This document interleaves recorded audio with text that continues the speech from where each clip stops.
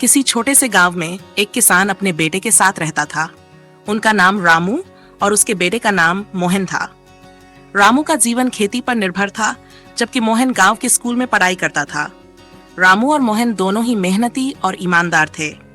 एक दिन रामू ने मोहन को एक बड़ा सा बीज दिया और कहा, बेटा, इस बीज को अच्छे से बो और इसकी देखभाल करो। ये तुम्हारे मेहनत का परिणाम दिखाएगा। मोहन ने उस बीज को एक खाली खेत में बो दिया और रोज उसकी देखभाल करने लगा।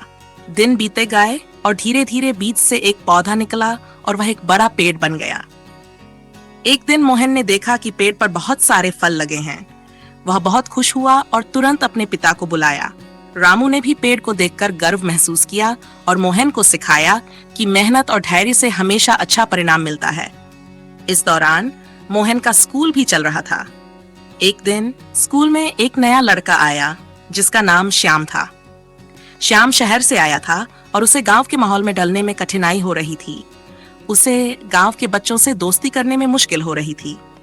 मोहन ने श्याम की परेशानी देखी और उससे मित्रता करने का फैसला किया। मोहन ने श्याम को अपने पेड़ की कहानी सुनाई और उसे समझाया कि मेहनत और धैर्य से सब कुछ संभव है। धीरे धीरे मोहन और श्याम अच्छे दोस्त बन गए। मोहन और श्याम दोनों साथ में पढ़ाई करते, खेलते और एक दूसरे की मदद करते। एक दिन श्याम ने मोहन से कहा, तुम्हारी मित्रता और मदद ने मुझे गांव के जीवन को समझने और अपनाने में बहुत मदद की है। तुमने मुझे सिखाया है कि सच्ची मित्रता क्या होती है। रामू ने दोनों बच्चों की मित्रता देखी और समझा कि जैसे मोहन ने उस बीज की देखभाल की और उसे बड़ा पेड़ बनाया, वैसे ही उसने अपनी मित्रता को भी सच्चे दिल से निभाया।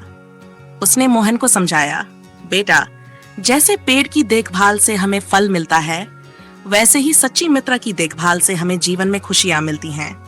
इस प्रकार मोहन और श्याम की मित्रता गहरी होती गई और दोनों मिलकर गांव में एक नई मिसाल कायम की कि सच्ची मित्रता और मेहनत से हर मुश्किल को पार किया जा सकता है।